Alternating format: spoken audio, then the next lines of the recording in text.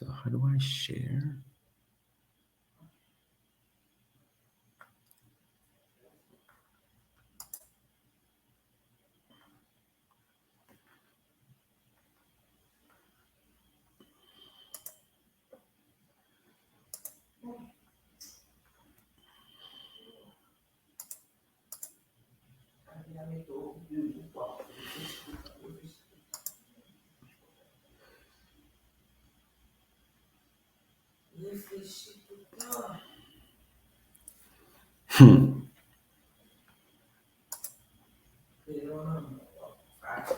Ben, c'est la vie comme ça. Sou pas faire comme ça.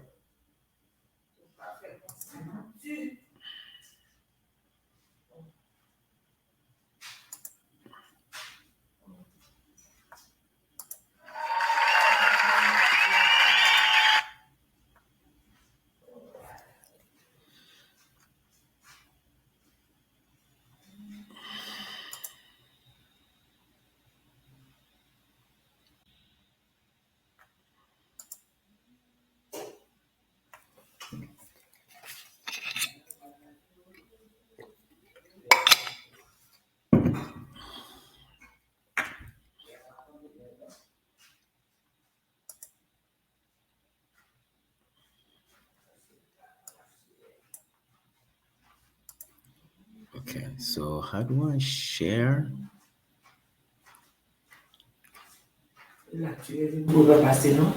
Passer où ça? Non, tu peux passer, on te voit pas. I don't know how to share my screen.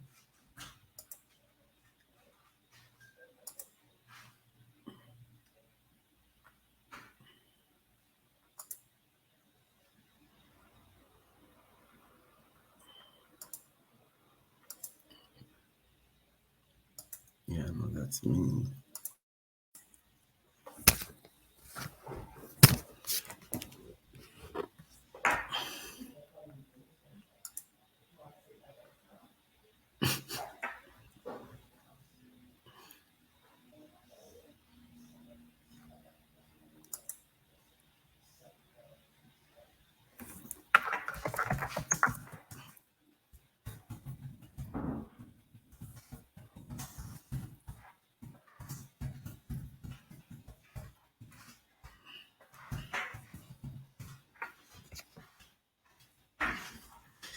I'm just not sure how to share my screen.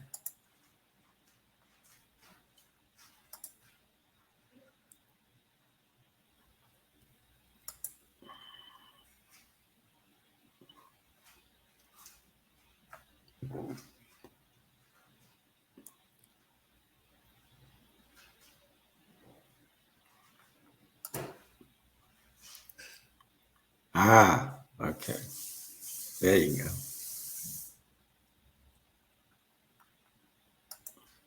Hello, Marvin. Yes. How are you?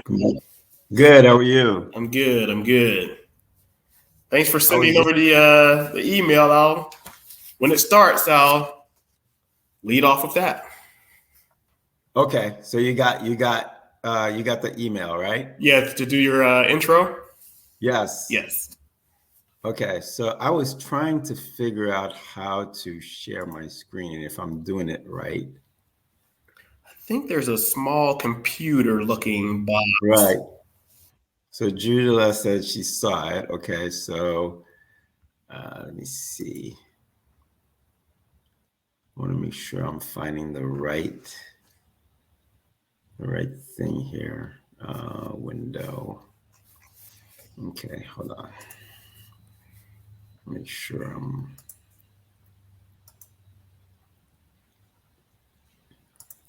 I see my PowerPoint, but I don't see it when I'm sharing. Hold on. Let's see.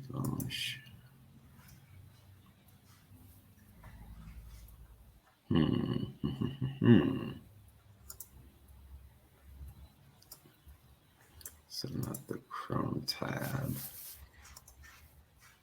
Let me see. No.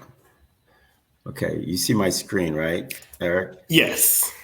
Okay, hold on, let me see. What about now? Do you see the PowerPoint? Not yet. Oh, okay, that's not good.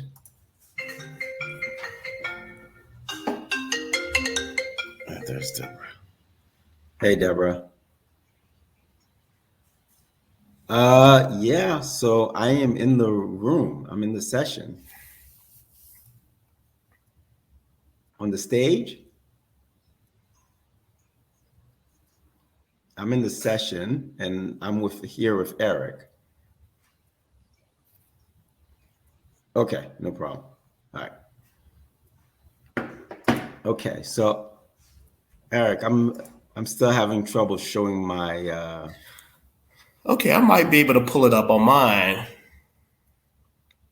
okay, you know what, Eric, though, because I have a latest version. Let me email that to you. Are you at your desk? I can access it. Yeah, I can access my emails. You can access your email. Okay, let me send you the latest version because I had made a couple of changes last night. Okay. So let me do that real quick.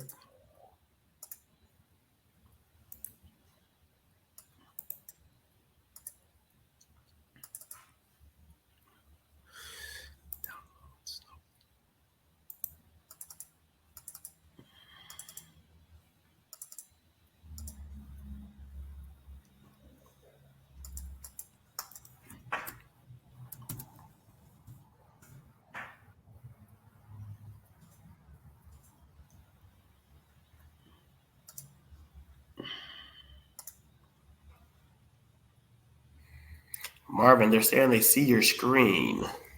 They're seeing my screen. Okay. Yeah, they're saying in the chat that they can see your screen. Okay. So maybe there's a way to pull your presentation over to that. Okay.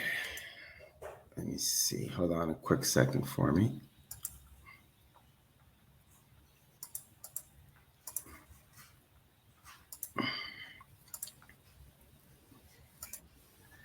Okay.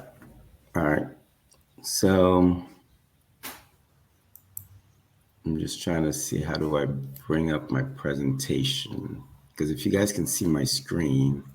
Yeah, we see everything there. Yep. Okay. All right. By the way, Eric, I sent you the PowerPoint just in case. Okay. All right.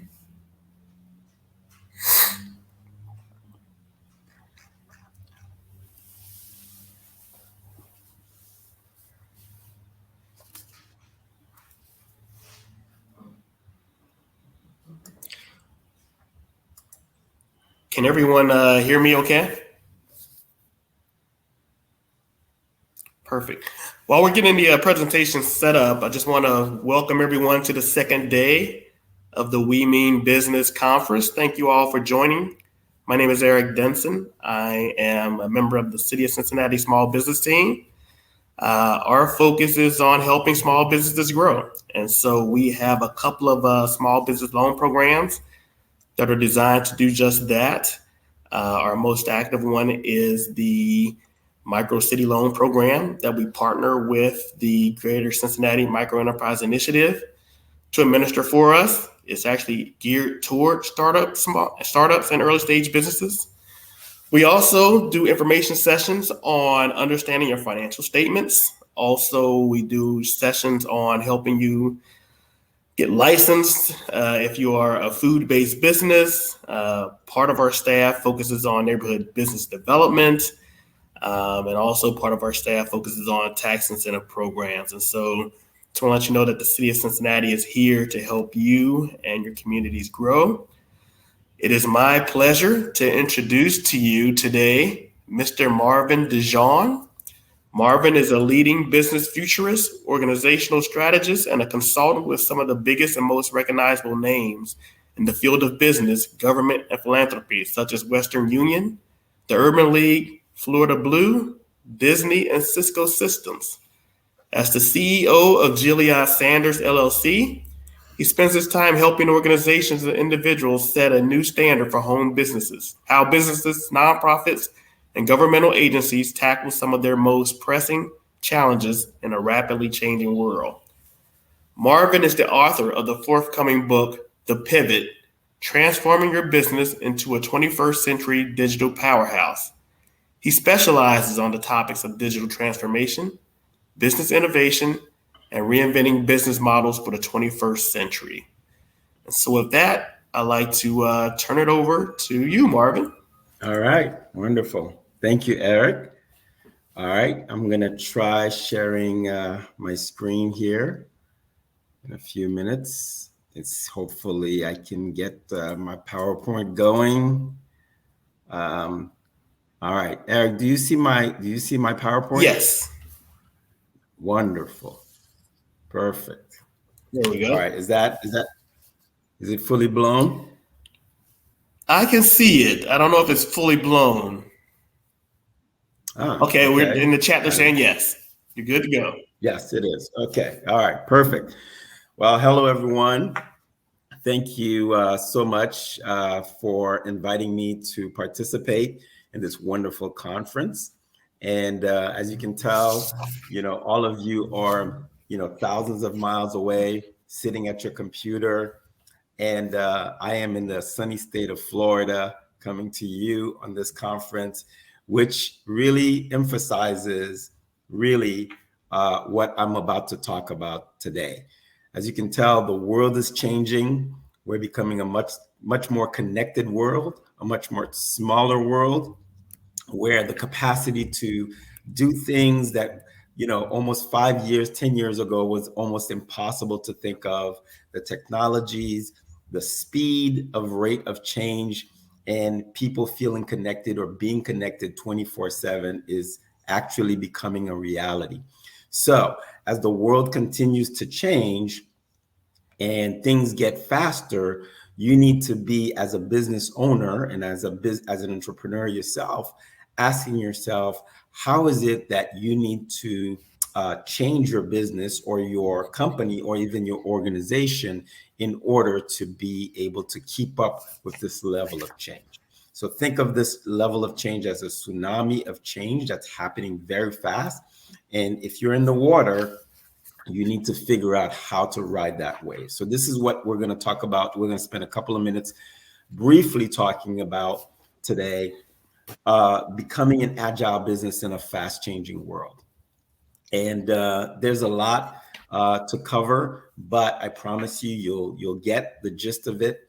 And if you need more information, you'll have access to be able to reach out to me to be able to share with you some additional information. So why don't we get started? So let's take a trip down memory lane about 30 years ago. I can't believe it's been almost 30 years ago, but it has. Sir Tim Berners-Lee invented the World Wide Web.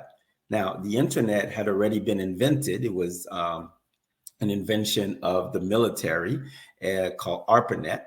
But when it became commercially available to everyone, there were so many gaps of how were we able to talk to each other using different types of protocols, different types of IP addresses.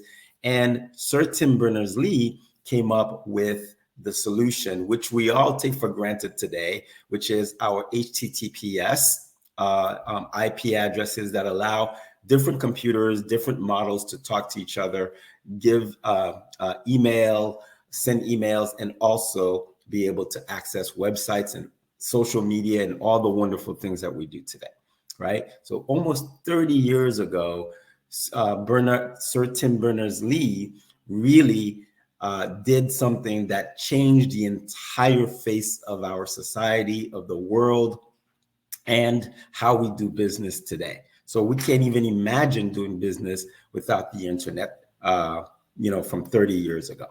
Now, I want you, while we're going down this memory lane, think about if you had what you know today, what the internet is today.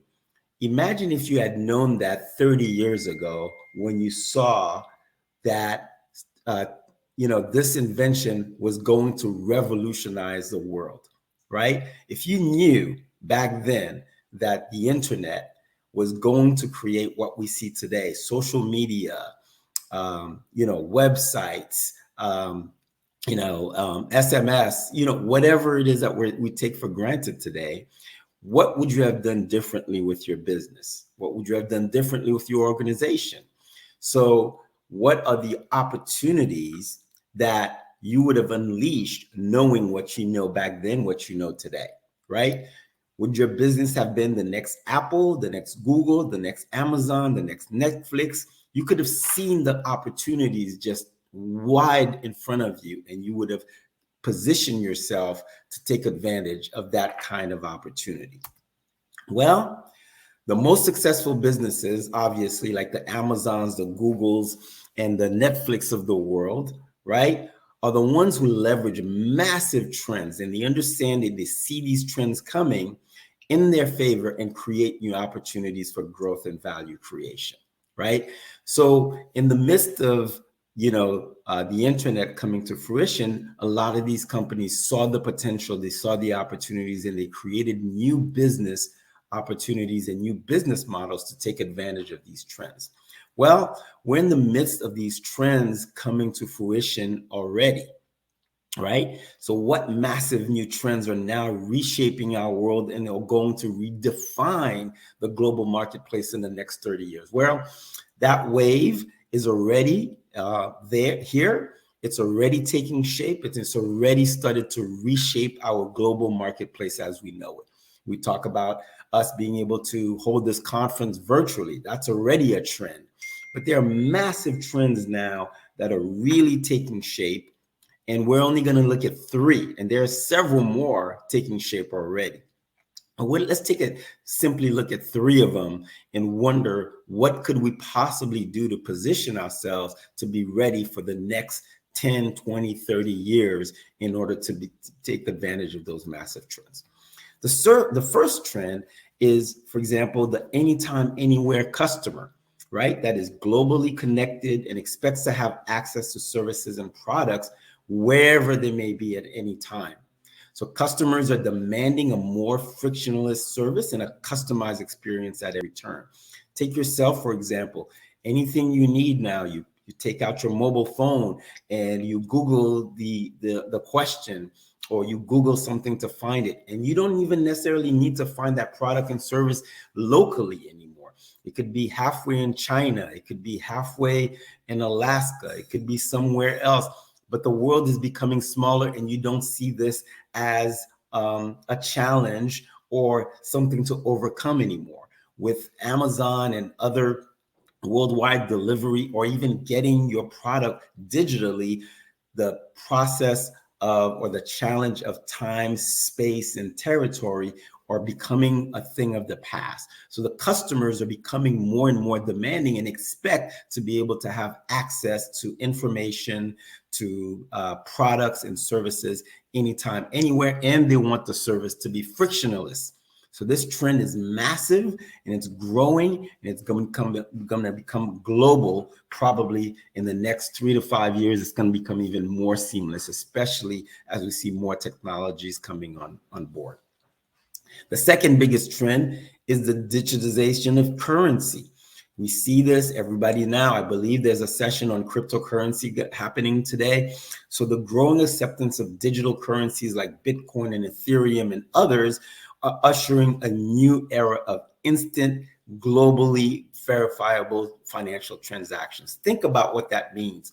That means you don't have to wait days, months, years to do a financial transaction. Transactions are going to be done in a matter of a split second on the blockchain that can verify both payee and seller, verify who they are, verify that the funds are there, verify that the transaction has taken place, and an asset transfers hands, in terms of who owns it, in a matter of seconds, not days, not months, not through intermediaries like banks or legal professions. All of that is going to live on the blockchain, and digital currencies are going to make that happen not only locally, but globally in a matter of seconds. That is a massive trend. If you're a company, an organization, you need to start thinking about that in the next 10 to 20 years. What does that look like for your business?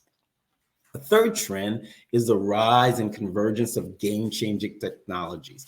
We just talked about a few of them just a few minutes ago, but they're massive technology that are going to, just like the internet did 30 years ago, are now already reshaping the global marketplace. We're talking technologies like blockchain, artificial intelligence, automation, the Internet of Things, bioengineering, nanotechnology.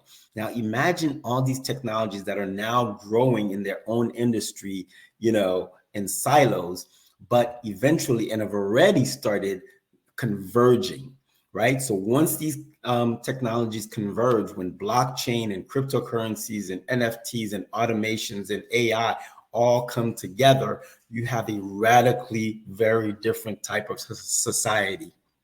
You have a radically different kind of global marketplace where your clients can come from anywhere, but so can your competition, right? So think of your local marketplace where you're trying to get clients now expanded 100-fold throughout the world.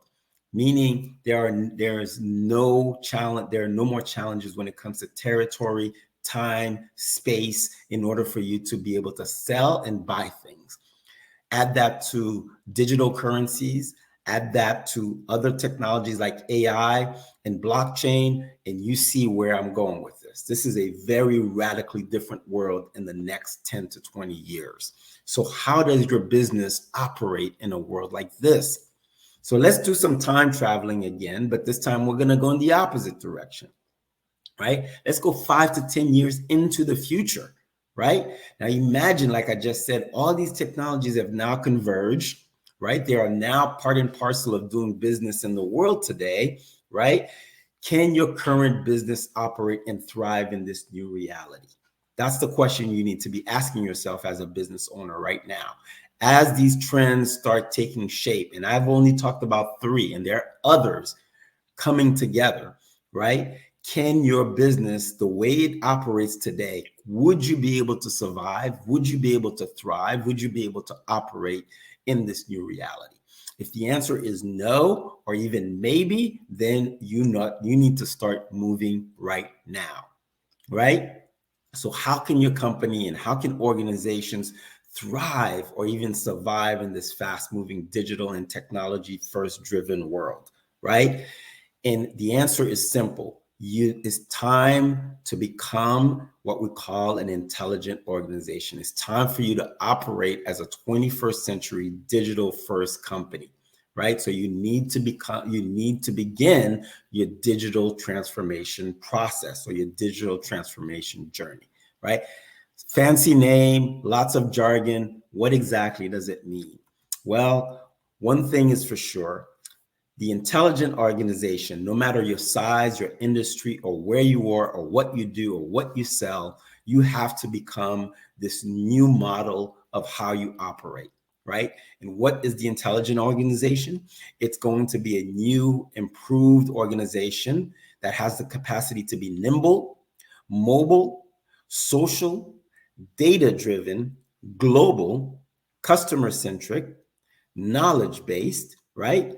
Having a sense of urgency, collaborative at every level, capable of responding to all of your stakeholders, and be a 24/7, 365 portal for a now economy managed by knowledge workers, right? That's a tall order for anyone to handle, let alone, a small company. However, every organization in the 21st century is going to have to become an intelligent organization, bar none. Now, you can do this at a big scale, like on Amazon, or you can do it as a small scale, even if you're a hot dog vendor in a corner street in New York City. Digital transformation is going to transform the way we do business and the way we live. So how do you get started on this process? How do you cross this digital chasm? So I want you to know that no matter what size you are, if you're a one-man show all the way up to having thousands or hundreds of thousands of employees, you have the capacity to transform yourself into a 21st century digital first company, right? You need to really, you can thrive in the 21st century simply by transforming the way you work, the way leaders lead, and the way the organization operates. Those are the simple 3 elements that you need to focus on in order for you to start your journey of 1,000 steps, right? So here's the 7 levers of transformation to activate your organizational change. These are the 7. When my clients ask me, well, Marvin, there's so much to do, there's so much to think about. Where do I start? What do I do? Where do I spend my time? How is it that I know that I can become, that I'm focusing on the right levers to transform my organization? Now, some of these levers could be for, all the levers could be for an organization, or you might just focus on 1 or 2 of them. But in order to be fully transformed, these are the major 7 levers that an organization need to be thinking about, at least in order to start transforming for the 21st century. I've made it simple to remember through the simple equation that I call TIP 2M, all right? TIP parentheses 2M. Sounds like a mathematical equation, but it's not. It's a simple mnemonic device to remember, where should I spend my time? Well, the first is on technology. Obviously, people think about technology, that technology solves problems, but technology is really a means to an end. However, in the 21st century, it is going to be the driver and the accelerator for all things digital. So you need to understand your technology. You need to place it at the center. It's no longer the IT department. It's no longer Joe, the guy who fixes my printer machine, but it's really the technology is at the center of the organization, driving. Think of it as the engine that drives the organization forward. The next thing is trends. We just talked about 3 trends this morning, but the trends are changing and happening daily, faster and quicker. You can only base your strategy on the massive trends that are going to transform the world and the way we do business. So your strategy needs to devolve or evolve from trends. We'll see that in a minute. We call that planning from the future, not for the future. The next one is operations or innovation. We can no longer operate our business without innovating, and we can innovate anywhere. It's not just products or services. We can innovate on the back end. We can innovate in the way our supply chain works. We can innovate in the way we serve our customers. Innovation is part and parcel of your business. It needs to live inside your business as part and parcel of your business. Next is data. We need insights. We need to be able to know why we make the decisions that we make. And the only thing that can give you a guarantee of your decisions is data. So we need the technology that provides data that then turns into insightful decisions. We need to stop making decisions based on gut feeling or the way things have always been done, but really understanding data, because once your competition goes global, data is the only thing that's going to guide you in a sea of teeming with people and businesses and competition. The next one is people, right? We need people, and we need to focus on the customer experience and the employee experience. Those 2 things are two sides of the same coin. You cannot have great customer experience without the employees, and employees need a great experience in order to transfer that into the customer experience. So we need to focus on people. The close to last one is platforms, ecosystems. Everything we do nowadays is on platforms, platform as a service, software as a service. A customer even can see your business as a platform where they come in and get the products and services that they want. So it's an ecosystem, whether it's a data ecosystem, a technology ecosystem, or customer experience ecosystem. We're all doing things on platforms that are mutually getting more and more connected. Most of your technological platforms are now connected to each other through API, and data flows freely between all of them. So create an ecosystem where you get data, people, and platforms together. And last but not least is mindset. Without a good shift in mindset, you cannot change a culture to be a 21st century. Gone are the days of hierarchical top-down decision-making. Now you need network teams, you need leaders as coaches, and you need to be agile and use innovation to really stay on top of how businesses operate in the 21st century. So your digital transformation roadmap, here it is, 7 points that take the tip to M model and turns it into a roadmap for the intelligent organization. So we plan from the future. That's our strategy. We don't plan for the future. We plan from trends. 2, we adopt new ways of working, meaning agile, OKRs, design thinking, all the trends that allow employees to work freely with autonomy, mastery, and goals and purpose, allow them to work without direct supervision. The days of micromanagement are over. The third one is make your decisions data-centric. Using data to make decisions is the only way you're only going to have a competitive edge. You cannot just fly by the seat of your pants anymore. What does the data tell you? Number 4, make the employees the tip of the spear. Allow your employees to become more autonomous, to make decisions, to be agile, to prototype and experiment inside your organization in order for you to be able to move faster and do decisions with low risk and great opportunities for success. Customize the customer experience, meaning customers want a customized experience. They want a great customer experience. The data and your employees will help you do that. Make your decisions by putting your customers at the center of all your decisions. Your data, your technology, your employees, all are there to serve the customer. So the customer is the nucleus of your decision making. View your business as part of the whole, and that's again that ecosystem that I was talking about. You create the ecosystem and you are connected strategically, not only digitally to other organizations, but also to your customers and to your strategic partners, supply chain, and everything. Everything lives inside that ecosystem.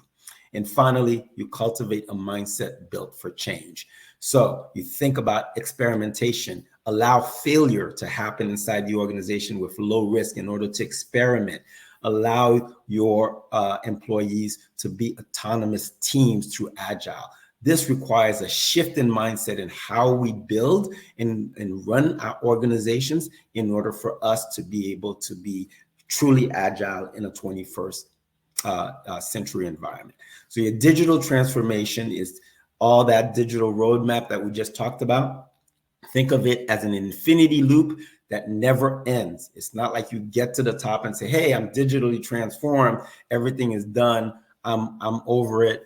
I can now start doing business. You're continuously iterating the process, learning from it, the new data, the new trends, the new strategies in order for you to be agile. Now, think of the environment being dynamic and changing all the time. You can't be a big dinosaur in a very dynamic environment. You have to be nimble, agile, and be able to change. So think of your strategic roadmap as something that is continuously evolving and you're learning from it. So the organization goes from a machinery, the idea of a machinery, to the metaphor of an organism, a living organism that grows, evolves, and learns in real time. That's what you need to become. Your organization needs to become in order to become a truly 21st century business. A lot to take into, a lot to absorb. So I always tell everyone, don't try to turn the Titanic in 1 second. Impossible to do. You're not a dinghy. You're a big boat. No matter how small you are, you're a legacy business and you have to learn and involve this process. So if you are going to start on your digital transformation journey, start small. Start with one team, one project, right? Set your level of ambition. How big? What are you trying to learn? What are you trying to achieve? What are you trying to understand? What are you trying to see with this new process that you're putting in place? Number 3, measure the proof of value to the business, meaning what's the value of doing this project to the business? Is it going to help us understand a new technology? Is it going to help us understand a new business model? Is it going to help us understand how our teams are going to work autonomously? Try to measure the proof of the value to the business as you change. Once you get all the data, once you get all the proof, what worked, what didn't work, now you're ready to scale to the rest of the organization. So don't try to eat the elephant all at once. Take small bites and see what the data tells you as you continue to iterate the process in order for it to fit your business. Don't try to be Amazon. Don't try to be Google. Don't try to be anything else other than what you are. So let your digital transformation process fit your business and at the pace that you can do it. All right. Wonderful. Thank you so much. Like I said, my name is Marvin Dejean. I am the CEO of Gilead Sanders. And what we simply do is we help companies simplify their digital transformation journey. So we work with companies from different industries, different parts of the world, and we now know that the moment has arrived for transformation. So we help you simplify that process instead of being lost in a sea of decision. So thank you so much. If there are any opportunities. Yes. So Marvin, looks like we have a couple of questions in the chat. Okay, absolutely. That I'll take here. Yep. One is, how would you suggest small business and micro enterprises access to information to stay abreast of these constantly changing trends? Yeah, absolutely. So these trends are happening every day, and now they're writing more and more about them. So what I suggest doing is, there's a lot of webinars online. There's a lot of stuff on Google. But the most important thing is join organizations where these trends are being talked about. So, for example, there's a great organization out of California called the Institute for the Future. There's the Society for Professional Futurists. They provide webinars on all these massive trends that are now sweeping the world, whether it's in healthcare, whether it's in autonomous transportation. There are great futurists on LinkedIn, like Bernard Marr, that talks about massive trends that are reshaping manufacturing, small businesses. I mean, you Google it nowadays, you will find articles and things that can keep you on this trend. The goal is to educate yourself, right? Educate yourself constantly, and then bring that information inside your organization and say, for example, what is AI? How would it work for our business? And once we've learned all this information, let's say, okay, now can we experiment with it in our business? Like I said, one team, one project, low risk, see what the data does. And if it gives you a great leg up and you can scale it as you go. So that's how you stay abreast and you continue to learn as you go. We have another question here. It says, does your firm offer help in identifying how we need to change? Absolutely. That's what our firm does. We help companies, first of all, have strategic dialogues about the trends that are going to reshape your business, reshape the environment around you. And then what we do is once we have that, we help you create a customized strategic roadmap for your transformation based on your culture, based on your appetite for change. But the point is to take one step or several steps, preferably, towards that change. But that's what we do, is we try to simplify the process, because a lot of organizations fail at digital transformation because they're trying to take on too much, or they have different expectations. The worst culprit for digital transformation failing is that we try to take all the stuff that I just talked about and try to overlay it on existing business operations or business models. Meaning we try to do digital transfer. We try to run our 21st century business the same way we ran 20th and 19th century businesses. And that's where you're going to fail. You can no longer have a top-down model. You can't be agile by trying to have silos. You have to let go of that operational model and start adopting a 21st century model. And it's very difficult for most people, especially for legacy businesses, because we've been doing business the same way for the past 150 years. So how difficult is that? That strategic roadmap helps you simplify that process And that's why the biggest thing that you need to focus on is mindset. Mindset shift is what's going to get you to transform your company. And so, Marvin, through the help of MBAC, a few of us in the ecosystem had the opportunity to work with you over the last few months. And this is real good information. A lot of the techniques you talked about were very helpful to me, I know, and I'm able to apply those when I'm working with other businesses. And a lot of what we talked about is that, it's been a rough year and a half, 2 years, and the pandemic actually sort of forced businesses to reevaluate how they deliver services and how customers access it.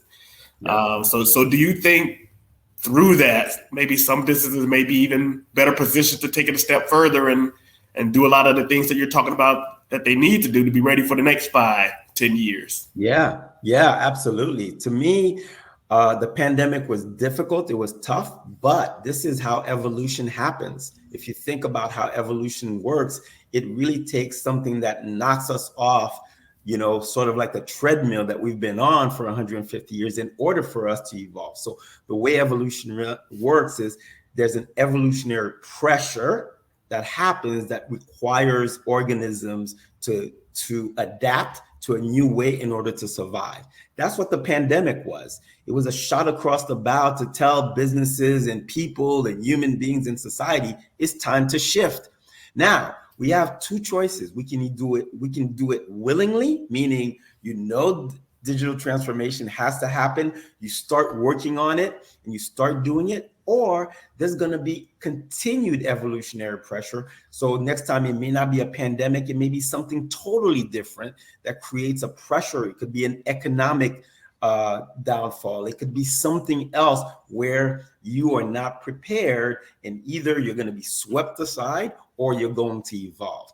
My thing is, as intelligent beings, you have the capacity to start transforming yourself without having to wait for that evolutionary pressure to happen.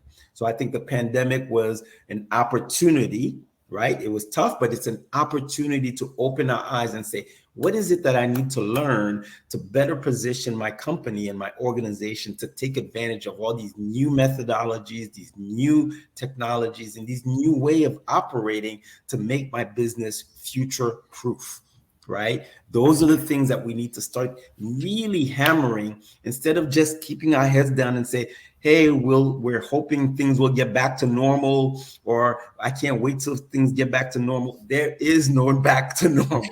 The new normal is here. The question is, how do you adapt to this new normal, right? After the meteorite has hit, the dinosaurs could not survive because they were too big and they were used to that normal. Those who survived were the mammals who were quick, nimble, agile, being able to go down underneath, wait till the dust cleared and came back and dominated the world. This is the pandemic was our meteorite. It is our signal that it's time for us to be nimble, agile, and innovative in order for us to transform and be able to survive the 21st century. So see it as an opportunity. See it as an opportunity. That's great. That's real good. I want to get to a few more here in the says, can you talk more about the future back approach? Yeah. The future back approach is a great new way for me, I think, of doing strategy. If you remember in the old days when we did strategy, we looked at, hey, how much business did we do last year? What target market are we looking at? What are we growing by 10, 20, 30% this year? That was the old way of doing strategy. When you have massive trends like, blockchain and nanotechnology and automation and all these things coming at you, like I said in my presentation, if I take your business 5 to 10 years into the future, can you really think that you're going to operate with that kind of strategy? Impossible. So really, the way we should be thinking about strategy is doing strategy from the future. So meaning, think about all these technologies, all these trends, all these massive shifts happening, having strategic dialogues inside your organization and saying, if these things are true, right, in the next 5 years, what does the world look like? What does our business look like? What is the business environment? Who are our competitors? Who are our opportunities that we aren't even thinking about, right? And then once you have a clear vision of how your company would operate in a world like that, right? That's your strategy or your vision. Now you work backwards into the present time. And you say, okay, this is how the business is going to look like in 5 to 10 years. You work backwards to where the present time. And the question you should be saying to yourself is not how do we get there, but how did we get there? Meaning that vision of your business is already clear to you. You've made it in 5 to 10 years. You're radically different. And in the present moment is how did we get there? How did we get to that future? We started making changes today. So that when you get to that future, you look back on today and say, that was the day we made the decision to start transforming our business. And we started by having strategy.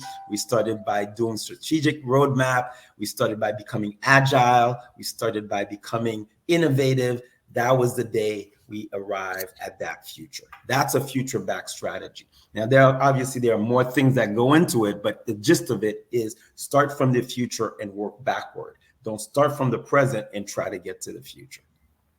Okay. We have another one here, and I'm not real sure if I understand it all the way. It says, how about a brick and mortar process to digital transformation? Yep. So listen, whether you're a brick and mortar or you're online, digital transformation is the same process, right? So obviously an online business has less overhead, less things to think about in order to deal with. But a brick and mortar, your clients are still going to expect to be able to access information, products or services the same way that they do online, right? So think about restaurants or any business nowadays. Nowadays, if I'm in a city and I'm trying to get something, the first thing I do is I jump on Google and say, coffee shops near me, or whatever that I'm looking for near me. And you better be online in order for me to find you, right? And think of a place where now the competition is global, right? So you have to know where and how the customer can get to you.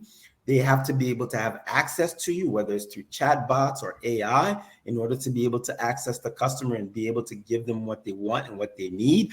And then once they find you, even inside your store, you should be thinking about how you can incorporate digital tools that can make the shopping or the customer experience even easier. Think about what it is you want for the customer experience. Frictionless, meaning everything is seamless. Think about Amazon's click here just to order one thing and you order. Your credit card is already on file. Your address is on file. I click here and my stuff is on its way. Think of it that way, is how can you remove friction as much as possible for the customer when they're buying stuff from you, when they want information from you, when they need something from you. How much can they do for themselves, and how much can you remove friction in the buying process? So collapse it faster, quicker, better, cheaper. Yeah, that's a real good point, Marvin, because I know you harped on that, the customer experience, Yes. trying to give the customer something, give them some time back, give them some money back. Yes. Make it easier for them to access what you provide. And, absolutely. That's excellent. Eric, the customer is at the center, and everything else, technology, employees, everything else surrounds that customer, and all your decisions starts with the customer. How do we make the customer's life better? Do we give them more time? We give them more money? Whatever it is we're giving them back. We're either, reducing their pain or giving them gains. We start with the customer and work around that or backwards from that, and everything else is at the service of the customer. Great. That's great. We have another one here. It says, what tools and research methodologies would you suggest small businesses use when validating their data from research and testing out these new processes? Yeah, absolutely. So data can tell us exactly, there can be lagging indicators of what the customer likes, what the customer enjoys, what the customer is buying, what they're not buying, and why are they buying from us? What are the variables that make them buy from us or leave us, right? All that data, now once you have it, it means absolutely nothing if it's not insightful. So now you have to validate that data. That's why I'm a big proponent of experimentation, of doing prototypes and saying, okay, if the data tells us this, how do we make sure? Let's run an experiment. Experiments are easy to do. You bring in the variables and then you say, let's create something online in real time, and let's go test it with a small number of potential clients or actual clients. What is that additional data telling us? Is the data validated, or is the data validated only in certain conditions or certain environments, or is the data really exactly what it's telling us? Now, once you have the validation, now you can say, what do we do with this? Can we scale it up? Can we create new products and services that we never thought of before? Can we make this online? Can we, partner with someone else and actually provide a new service and product?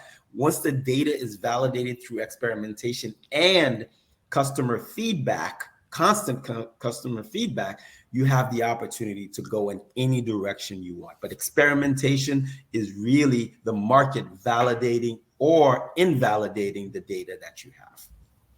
Great. We have another one here from Mr. Bates. He says, can you talk about the value of being on the cloud for access and security as opposed to just using a local storage vendor? Yeah. So listen, I'm going to tell you right now, I'm a big proponent of the cloud simply because your customer base now is going to get wider and wider, especially as it gets to be global, right? So your customer needs to have access to you wherever they are, whatever they are. Whenever I am in the world now, I don't have to think about it. I have access to my bank account. I have access to all my financial services, and I can make transactions whether I'm in China or I'm in Latin America or I'm in the Caribbean. So that means I have 24/7, 365 access to my services.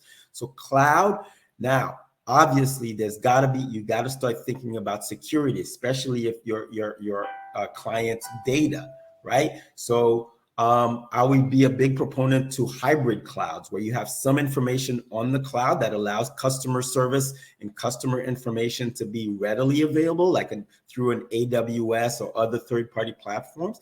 And you can have on-premise clouds where certain information is only validated through the pinging of certain information and validation through cybersecurity. So obviously we have to think about cybersecurity, but more and more of our information is going to become portable. So when we talk about the client having access, frictionless information or frictionless services, they're portable. Our portable information is going to follow us everywhere we want. So when we go to a service or to a vendor, we want our information to be readily available. So it's going to be portable. So the only way that happens is through cloud services. So and more we're going to move away from on-premise to cloud, but there will be very open cloud, and there's going to be hybrid cloud where you have certain things on-premise cloud as opposed to on-premise servers. So start really researching the security on cloud, but eventually, if you're serving a very wide audience, cloud is probably going to be the best way for you to go. That's good. Looks like we have a couple of questions getting back to the customer. Just in general, most businesses probably have a real good idea of who their regular customers are. Yeah. And they're always out there trying to reach new customers because that's how a business grows, is to bring in, reach more people. And and so I see a question here that talks about how do you go about developing a customer profile? Yeah, that's a great question. A customer profile, usually we know who our customers are. You see them, who buys from you and whatnot. So it's important for you to have that customer profile. Is it male? Is it female? Is it this demographic and what demographic. But really, there are a couple of new methodologies now that are really driving the customer profile. If you want to reach new customers, think about a bell-shaped curve, right? 99% of your customers live inside that bell-shaped curve. They know you, you know them, they like your service and your product. They're not going anywhere. If they do, maybe it's one or two, but you serve them very well. Now, if you want to innovate and get new customers that you don't know about, or customers that you want to get who are not using your service, think about interviewing your extreme users. Your extreme users is where innovation lies. Meaning, what do I mean by extreme users? If you think about the bell-shaped curve, that means if 90% of them live inside the bell-shaped curve, there's 5% of people of the customer base who do not use your service, who don't like you, who don't need you, who don't want anything to do with you. There's another 5% who love your service. I mean, they swear by you. These customers are great to interview because they'll tell you both where your service is lagging, the people who don't like you, what they don't like about you, where you can improve, and the people who love you, they can tell you exactly what works and what works well. Inside of those two extremes lives an opportunity to innovate. Maybe you can create another product just for the 5% of the users who don't like using you. Is there any way to enhance the product or service that you have for the 5% who do love you, right? Those are great opportunities to innovate from the extreme side of your customer profile. Another thing is what I talked about earlier, business model innovation or experimentation. Are there things that you can do now with technology that you couldn't do before? So now does it open it up to a brand new level of customers you've never had before? So experiment with new ways. What if customers could pay using Bitcoin? What if customers could actually do the transaction using blockchain really fast? What if I enhance my customer service with artificial intelligence? Try those things out at a very low scale. See how it works. Get the data and say, you know what? This really worked. Or this was a flop. I can't do this. I can't afford it. I don't have the resources for it. But guess what? You haven't lost your shirt and you haven't lost the business, but you still got the data. And the data, whether it's success or failure, is going to help you know what direction to go or not go. Right? So you don't have to invest the entire cow and the entire farm to figure out what's the next direction you need to go. Experiment and also look at extreme users to start creating customer profiles that allow you to expand your business towards customer segments that you never thought of before. So it's a great way of learning and growing your business. It's like we have one here that says, what 3 actions can we take today to begin the process of future-proofing our businesses? Yeah, great question. So listen, digital transformation is here and it's growing. And, I started talking about digital transformation 10 years ago. And back then, nobody, people were looking at me like, I was an alien with 2 heads. But the point is that wave is getting closer and closer. And now with the pandemic, it's pretty much here. So in order to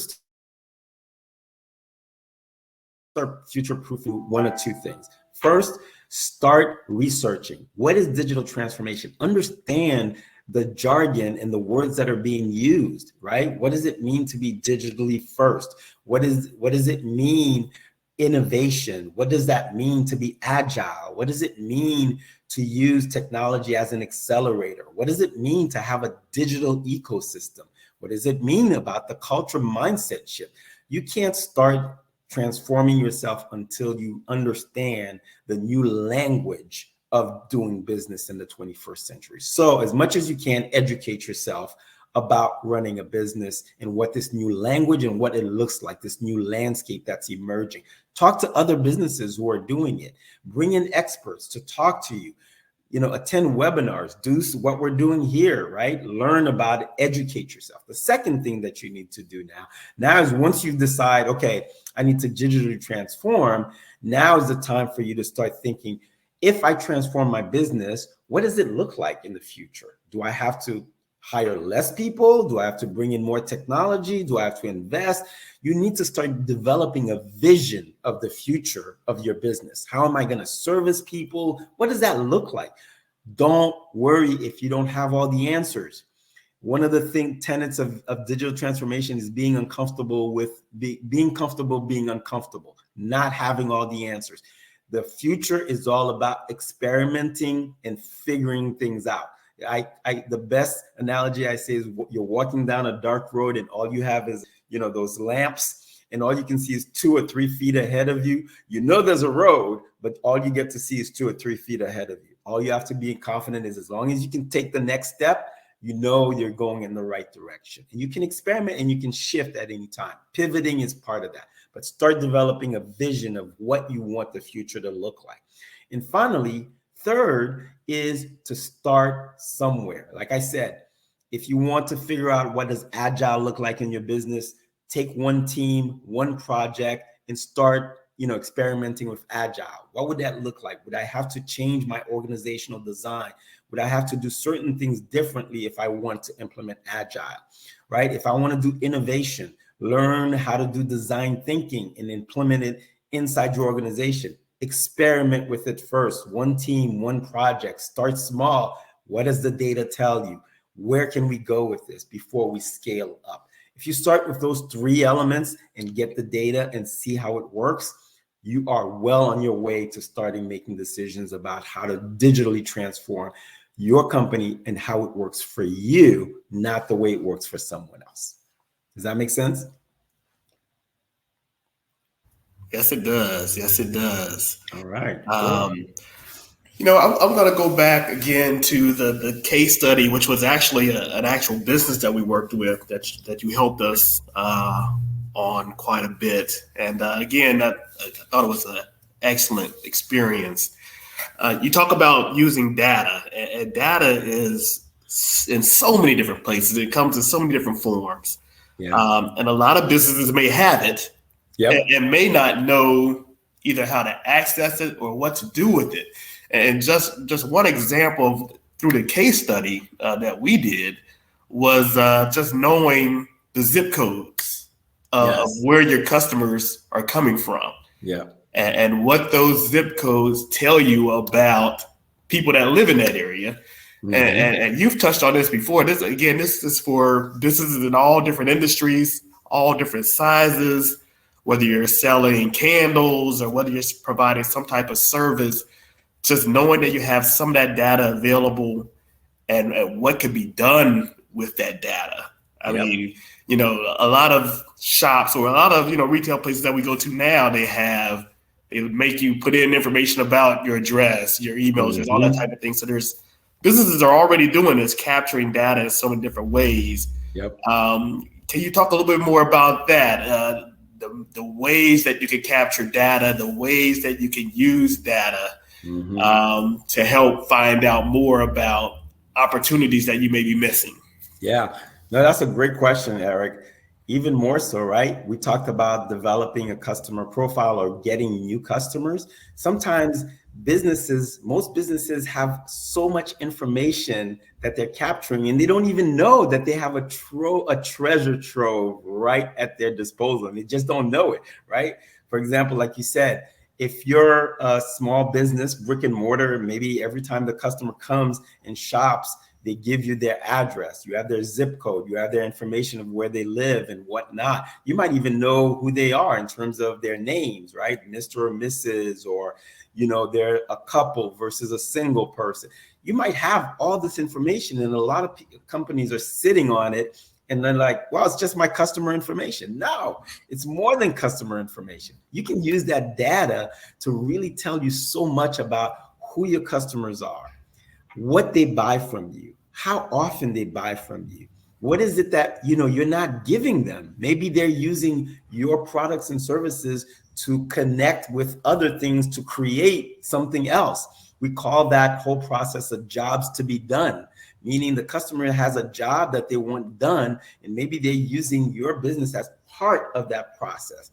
Could you actually learn from your customer, right, with that data to be able to say, you know what, I service mostly, I'll give an example, 65 or 75% of my clients are women between the age of 35 to 45, living in these particular zip codes. what do I know about these zip codes? I can now go to secondary data research to tell me anything I need to know about that zip code. What's the median income there of the people who live in that zip code? What's the home value? What are their leisures? I mean, the city of Cincinnati on their website has so much trove of data that you can even bring in, which we did with our example, to bring in to even complement your own data to be able to tell you, wait a minute, there's a whole other segment, a whole other group of people that match my segment in this side of the city that I've never even looked at, right? I never even paid attention to, or there's a new growth or urban revitalization happening in this part of the city, and the people, my target audience, seems to be moving there, or that my target audience is growing there. Your data tells you so much, right? And once you have the data, like I said, is now how do we validate that data, right? So now you can start doing focus groups with your customers. You can give them, questions when they come in, 2 to 3 questions. Hey, how often do you buy from me? Why do you buy this from me? Do you do it? Do you use what we do? How do you use what we provide you? Do you use it with other things? Do you buy from my competitor? Who are they?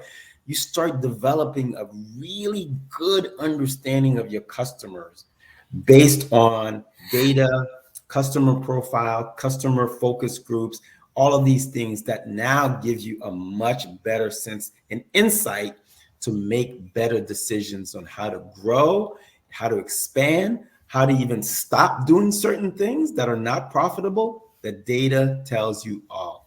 And there's ways for you to capture the data you already have and to get more data that you don't have through using secondary data or information. But the point is, start getting to the point where you're saying, whatever question you're asking yourself is, what does the data tell us?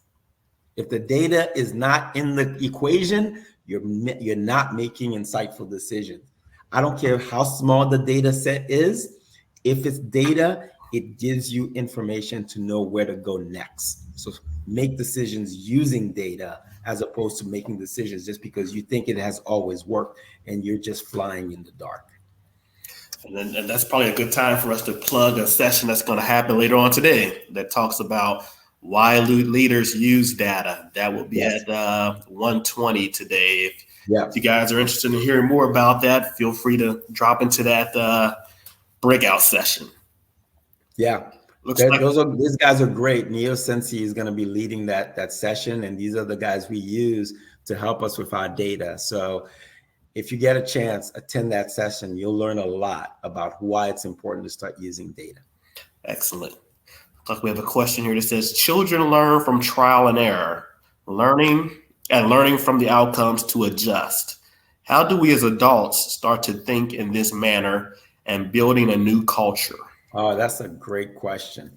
Listen, when we were kids, we used to, play in trial and error, right? We did a couple of things. We tried it. We built a big edifice with Lego or with sticks, and it fell apart. And, sometimes we cried, but then 2 minutes later, we're building it again, right?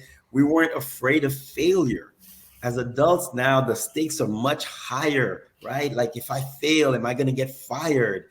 Am I going to be ridiculed? Am I going to look, silly in front of my peers or my boss? Or, am I going to lose the business if I fail, right? We have all these stakes now that we start taking incremental. We don't take chances anymore because the stakes are too high. Like, if the Lego thing falls now, it's like, it's game over, right? We need to stop doing that. In the 21st century, our businesses need to be agile, but they need to be innovative. So this is why we say create environments where failure is tolerated. I'm not talking about big failures where you lose your shirt, but you create environments and experimentation that are low risk, that allow your employees to experiment and to learn from the failure. Even failure actually gives you better data than success. failure actually tells you exactly what didn't work and why you shouldn't continue doing it. And a failure allows you to actually open your eyes to your assumptions. You assume that your clientele did this, and when you tested it, it was like boom, it exploded in your face, and your customers don't even want that product or service. That's a great failure because it allows you to learn what not to do. Like Edison said, I didn't fail. I just learned another way of not doing what I'm trying to do, right? That's what we're trying to do with failure. So allow environments where your employees are allowed to fail, right?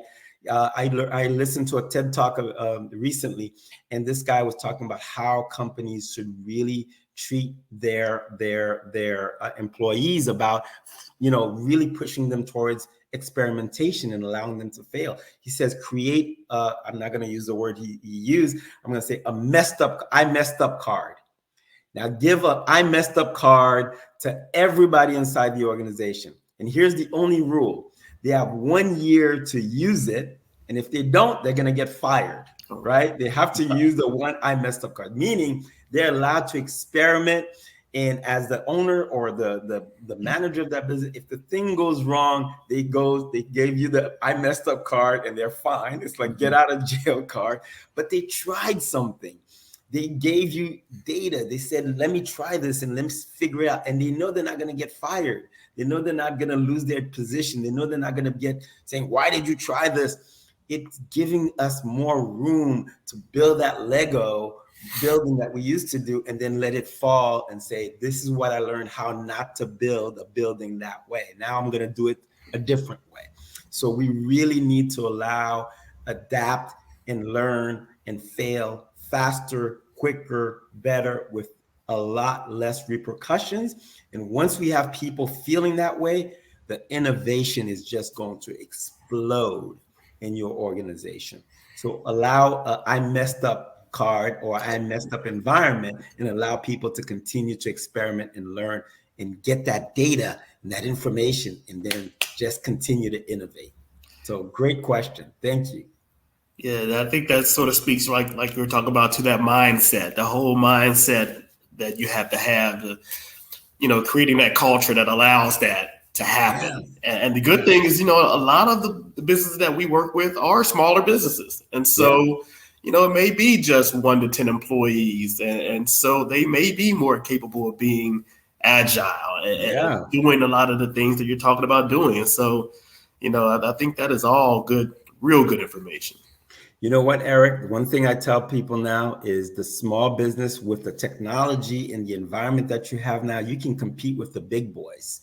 You don't have to have as many employees. You don't have to have the same level of money or the same tech. You can dominate a market, a local market that the big boys can't even get into, and they have to come to you to get to that market. If you know how to use technology and your employees well and digital transformation well, you can dominate a market where a big boy either partners with you or comes and puts a whole lot of money on the table just to acquire you, just so they can have access to that market. And we see it happening every day. But the point is digitally transform and be ready for that. Let me make one quick other point too, Eric. Sure. And the point is, as we continue with this process of digital transformation for companies who are part of larger organizations' supply chain, like the Krogers, the Procter & Gamble's. These guys are busy transforming themselves. At some point, once they've reached a certain level of maturity of digital transformation, they're going to turn around and look at their supply chain. And they're going to tell their supply chain vendors, you need to digitally transform as well. Because if I'm using blockchain to do transactions, if I'm using AI to collect data, if I'm using automation to remove friction from my supply chain, you're going to have to be able to adapt to that. So as a smaller company, if these guys are your bread and butter, or if you're part of their supply chain, that's another reason why you need to start thinking about transformation, because you may find yourself, it doesn't matter if you're a WBE, MBE, all the E's in the world, if you're not structurally capable of adapting to their infrastructure, they won't give you the contract. They're going to have to go with somebody who can adapt faster, quicker, and giving them data or information or transactions faster. Or they're going to ask you, go and fix your infrastructure, then you come back to me in order to be part of the supply chain, which is another urgent reason why you need to start thinking about digital transformation, or really you're going to be left out in the cold. So there are more and more reasons why you need to start having these discussions and start your strategic roadmap towards transformation. Because like you just mentioned, it's just a matter of time before they get there. I mean, they're already moving in that direction. And so once they get there, they're going to expect you to be there. And I've been there. I work with them. I'm telling you, a lot of them already, they're ready. Their workforce is agile. They're using design thinking to innovate in other methodologies. They've developed a digital ecosystem. They're starting to put AI. They're starting to look at blockchain, right, for financial transactions or other types of transactions that take out the middleman. So if you're a middleman sort of vendor that helps them do certain things and they can remove you from that equation and save money, guess what? You're out of the game. So you need to start thinking about these massive trends and these organizations going there. Are you on the obsolete list of vendors they may no longer need? Right. I remember the other day, I think a few years ago, I was at a Walmart in Cincinnati walking around, and sure enough, there was a cleaning robot coming up and down the aisle, just cleaning the aisle. And I had to take a video of it. And I'm like, wow, how many, people who have janitorial contracts, with Walmart, and who, as soon as this robot becomes more sophisticated and capable of doing more things, they're going to need less janitorial service from people. Right. So that contract, it could be a big contract for someone now, but over the years, it's just going to start getting smaller. Exactly. I don't need it. This robot is not going to ask me for overtime. I don't have to deal with labor unions. I don't have to deal with a lot of things, right? Vacation time, nothing, right? All I do is I invest in that organization that gives me these robots, and my stores are clean and giving me data, right? Robots are collecting data, foot traffic, how many people are in the aisle, what time, where. Walmart is collecting data, even more data, to add to its already massive structure of data and becoming a global powerhouse. Those are the things that are happening. These are massive trends. And if you're busy just working on your business and you don't look up, you're going to be the next Blockbuster, the next Kodak, just going to be swept in that wave. So you need to start really thinking about how do you transform and prepare for a world that is radically different than what we're dealing with today. Okay. We have a couple of comments here. It says, unfortunately, students and younger employees seem to be afraid to fail. I think you just were talking about that. They are taught they have to be perfect. How can we use our technology to teach them to take risks, and it's okay to not get it right every time? Yeah. So listen, we are partly to blame for our kids being afraid to fail, right? Because we've projected a lot of our fears on them, right? I remember now being so upset about going to my son's soccer game, and one team won, obviously, and one team lost, but everybody got trophies because it's, what is that? No, there's losing and there's winning, right? Yeah. So come on, guys, we gotta let go of this trying to get. And it's okay. It's okay to have winners. We learn more from failure than we do from success, right? So we really need to let our kids scrape their knees, lose, cry about it. Okay, now that you've cried about it, how are you going to get better, right? So we need to really start allowing our kids to fail. Failure is listen, the definition of failure is it's not the opposite of success. You have to go through failure to get to success. A lot of times, yes. No, it's 100%, right? I failed 100 times. But look, I like to, when I give my speech, I like to talk about, does everybody know where you guys remember 409, the cleaning product? You know why it's called 409? Oh, because they failed failed 409. 408 times. That's exactly it. He failed 408 times to get the right formula. And then the 409th time, he got it right and he called the product 409. That's how he got. So failure is, you have to go through failure to get to success. So we really need to learn that not only. Yes, and Deborah made a good point. We need to teach our kids and ourselves that failure is an opportunity, not a dead end, right? It's okay to fail. We learn from it. So we really need to start really creating environments for our children, for our employees, for ourselves to allow to fail. And from the failure, we learn and we iterate. Remember that figure 8 I showed you guys? It's a constant iteration. It's life, right? You go through the same road, but this time, the next time you come around, you're much better because you've learned, the last time you went through, okay, there's a ditch right there. There's a branch I need to avoid here. This didn't work last time. So now let's do it differently, right? So we really need to start with the opportunity to understand and be okay with failure ourselves, and then expand that bubble to other people and really be, not only preach it, but do it, right? Yes. We talk about failure, but then when it's time for us to do it in our businesses and our family, we like, oh, no, I can't allow my kid. What will the neighbors think? Listen, the more you fail, the more you learn, the better you get at something. And next time people be like, how did you get to be so good? Well, I learned from failure, right? Mm-hmm. And the best people at what they do will tell you failure has been their best teacher. And we need to start expanding that mindset. That's the mindset shift, right? Mm-hmm. Inside our organizations, right? So Ms. Williams asks, what books can you recommend for understanding digital transformation? And I guess that could be even broader, what books, what other sources of material might be out there for people that want to learn more about digital transformation. Yeah, there's a lot of books out there nowadays. One book that really started me in the process of really understanding digital transformation is I forget the name of the author now, but it's called, on Amazon, you can find it. It's called The Connected Company. The Connected Company was a great source for me to really understand the trends of how companies are going to be connected in this ecosystem and how they're using technology to really leverage data and customer experience to really create a one-of-a-kind business. Obviously, anything that has to do with design thinking, IDEO out of California, democratize design thinking, but any course you can take on design thinking and understanding how it works.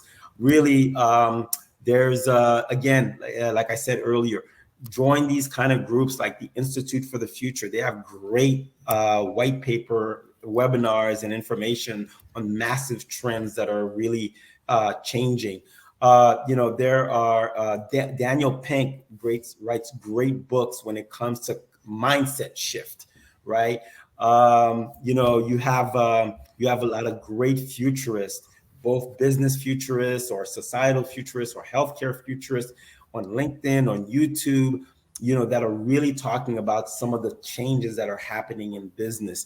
So really now you are surrounded by any kind of topic. The biggest thing is to start with one thing and really kind of learn as much as you can. If you go to Amazon and you type in, artificial intelligence, or you want design thinking or about digital transformation, you're going to get so much information, you're going to drown.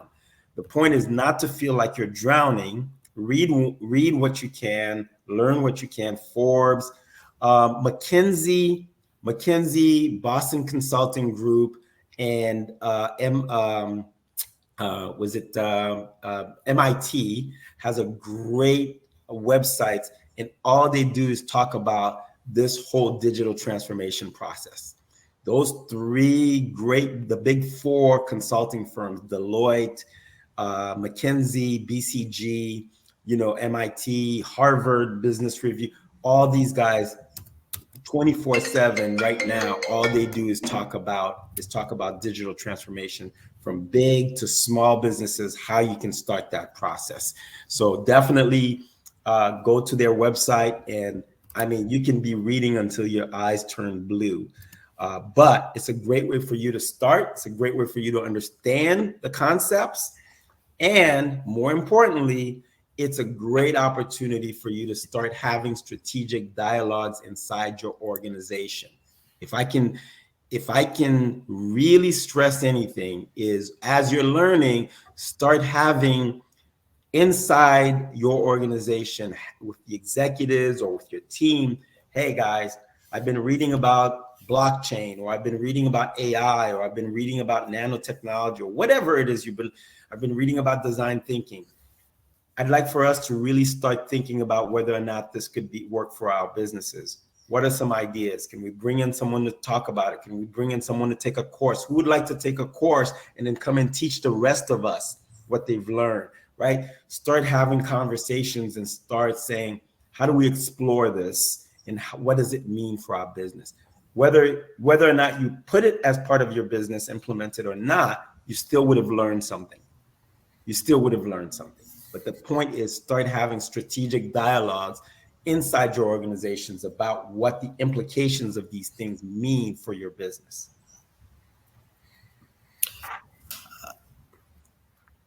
Yes, okay, got a message here. Cryptocurrency session at 11 o'clock today. I believe we have a sponsor speak at 10:45, if I'm not mistaken. And so, Marvin, again, I want to thank you so much. This was a lot of fun. Volunteering your time and conducting this session. It's been so much information, so much good information.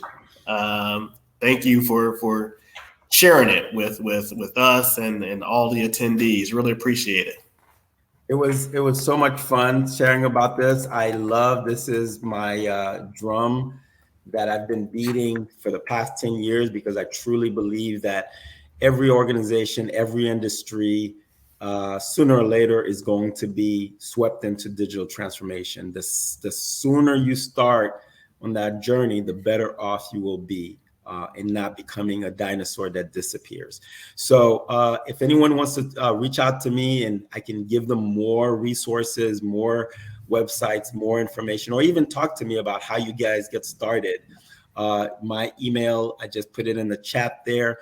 Feel free to drop me an email. We can do a 15-minute session and really start talking about how do you get started in moving your business towards digital transformation. It's a great process, and as long as you get started, you're in the right area. All right. Someone, don't worry about hiring me. Sometimes I just talk about digital transformation and getting started. It's really not about, really hiring someone yet. It's really, kind of understanding what it is first. And then once you start going down that road for the areas where you think you might need some help, then people like me and others are out there helping organizations and businesses really starting to think about transformation. But learn about it first before you start thinking about hiring someone to help you do that. And we do want to remind everyone out there about the vendor booths. They are open all throughout the day, but specifically at 3:05, we expect people from different organizations to be manning those booths. So we have Fifth Third Bank, they have a booth, Journey Steel, Greater Hamilton Chamber of Commerce, the City of Cincinnati, Evolution Creative Solutions, ECDI, Damascus Reentry. All of these groups are available to you at the vendor booths. If you drop by there and no one is in attendance, feel free to leave your information in the chat, and they'll make sure that they reach back out to you to connect.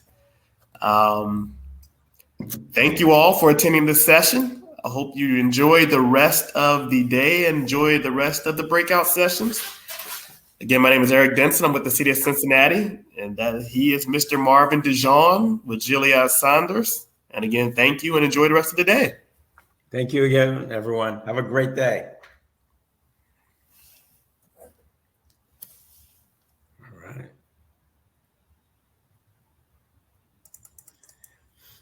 Eric, they were able to see my presentation, okay, right? Yes. Mm-hmm. Okay. Wonderful. Yes. Perfect. Okay. Perfect. Yeah, I thought it went really well. Yeah, no, really good. I had a lot of fun. I didn't think I was going to have that much fun. It was good. Great questions. Great, smooth. Very good.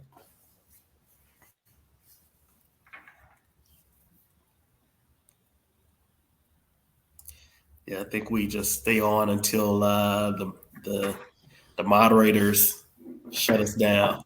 Okay.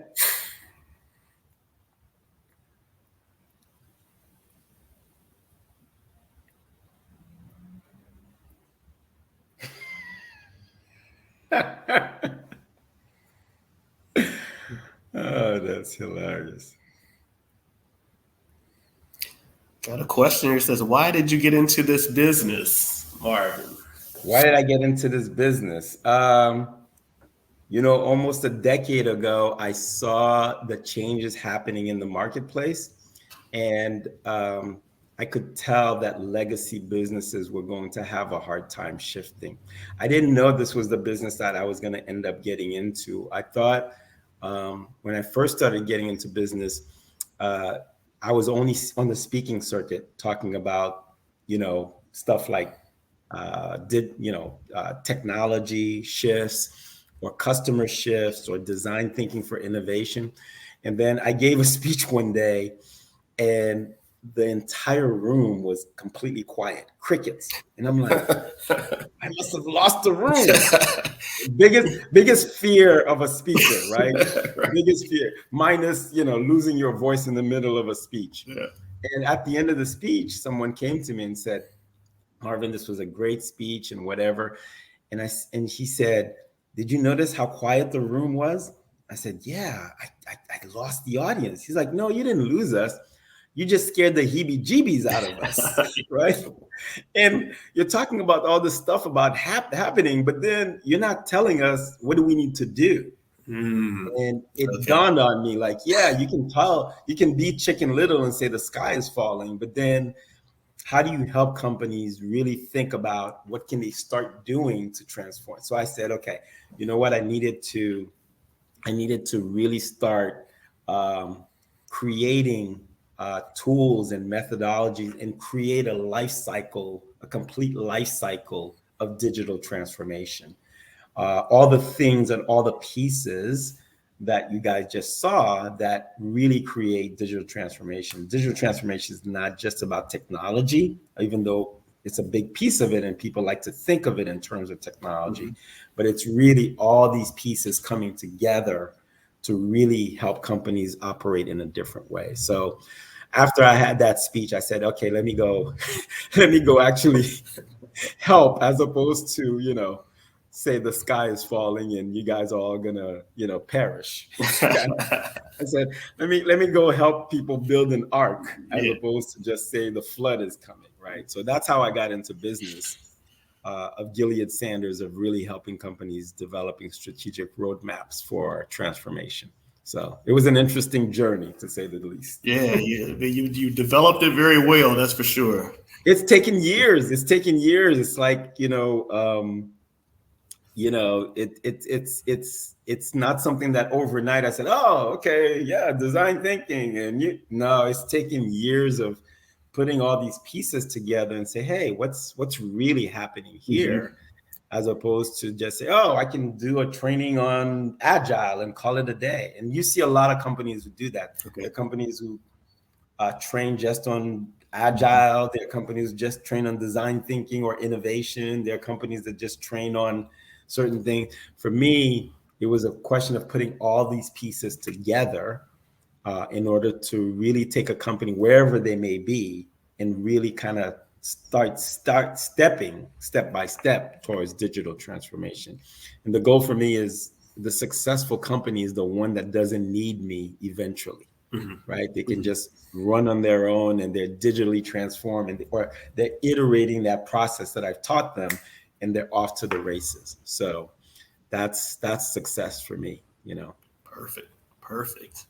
Yeah. Okay. I know I think I called them vendor booths. I believe on the platform it's actually called expos. So feel free, anyone, to drop into those expos to talk with the many vendors that we have here. But at 10:45, I believe I've been told that Bruce Construction will be speaking. Again, that's at 10:45, I believe, on the main stage. So again, thank everyone for attending, and I believe we'll all be shifting over there here very shortly. Thanks again, Marvin. Wonderful. Thank you, Eric. All right, everyone. Have a great time. See you on the other side. Thanks. All right.